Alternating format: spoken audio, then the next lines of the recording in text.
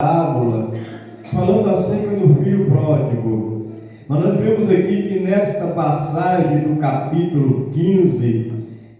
e dando segmento, Jesus ele fala em 4 parábolas. Ele fala da parábola da ovelha perdida, iniciando uma das primeiras parábolas. Depois ele volta falando da parábola da dracma perdida. Depois ele volta falando do filho pródigo, e para chegar, aproximar para o 16, ele começa a falar da parábola do administrador infiel. E Jesus aqui, quando ele decreta que essa parábola falando acerca do filho pródigo, Jesus estava chamando a atenção exatamente da igreja de Deus, da igreja de Cristo na terra. Ele estava dizendo: os filhos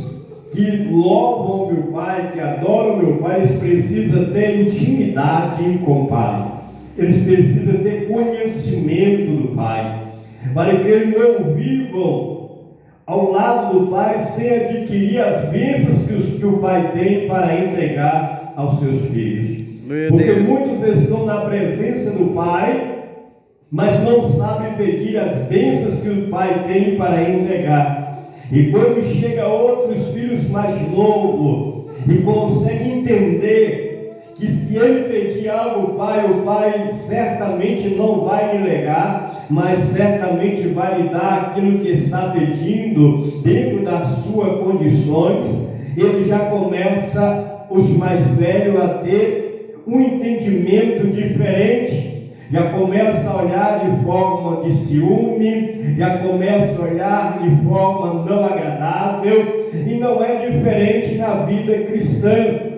Nós vimos que aqueles que já têm 10 anos, 15 anos, já têm 5 anos na presença do Senhor, quando chega um novinho que inicia a sua entrega ao Senhor e está iniciando a sua caminhada de um ano dentro daquele primeiro amor, fazendo a vontade do Senhor, trabalhando na obra do Senhor, e começa a alcançar a oportunidade de vir adorar o Senhor, muitos começam a dizer: eu estou aqui há tanto tempo e ainda não tive a oportunidade de ir lá cantar um louvor, ainda não me deram a oportunidade de pregar a palavra, e esse chegou ontem e já está pregando, já está louvando. Mas nós entendemos que tem pessoas que têm o dom, o discernimento de abraçar aquilo que é permitido pelo Senhor ele fazer na obra do Senhor, e já tem outros que eles são mais quietos, mais tímidos, eles ficam mais para ser ouvinte do que falante. Jesus ele declarou isso na sua palavra: é melhor ser ouvinte do que ser falante, mas quando falar, que seja sim, sim e não, não, porque o que passa disso é procedência maligna. Então nós começamos a ver aqui na casa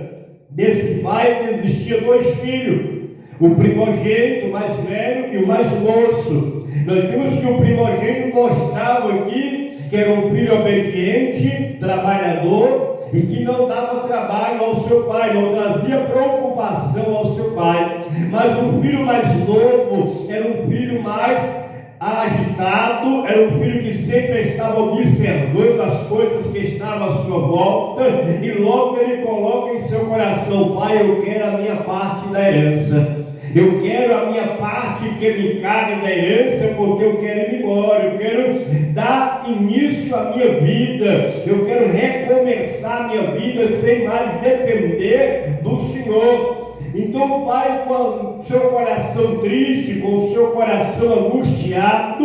mesmo assim ele dá a parte da herança que cabe para aquele jovem. Quando nós vemos para o mundo físico analisar esta palavra, nós sabemos que o filho só tem direito da herança do pai a partir do momento que o pai morre. A partir do momento que o pai sai deste mundo físico, o que ele deixou é dividido entre os filhos que ele tem.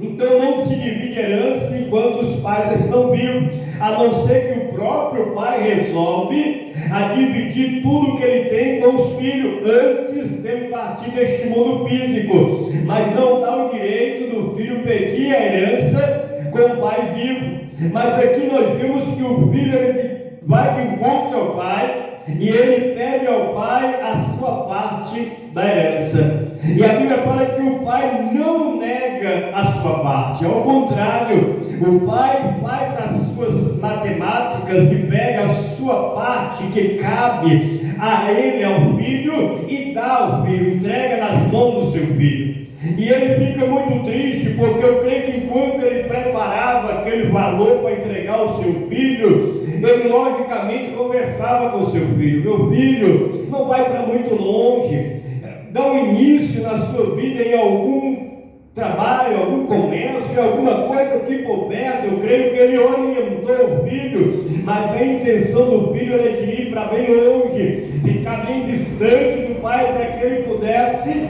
fazer o que ele tivesse vontade de fazer, sem ninguém lhe chamar a atenção. E a Bíblia fala que ele foi para um lugar longe, e quando ele chega a este lugar longe, ele começa a desperdiçar ou a gastar os seus bens com as meretrizes, com a bebedeira, com as coisas deste mundo físico, deste mundo humano. E ele gastando tudo, sobreveio uma grande dificuldade naquele país. Então nós vimos que ele não estava perto, ele estava longe, porque ele estava em um país distante. E a Bíblia fala que quando ele olha em si, não tinha mais amigo em sua volta, e ele não tinha mais nenhuma condições para se manter naquele lugar, e ele procura um dos cidadãos daquele país para poder trabalhar, para fazer alguma coisa pelo pão de cada dia. E a Bíblia fala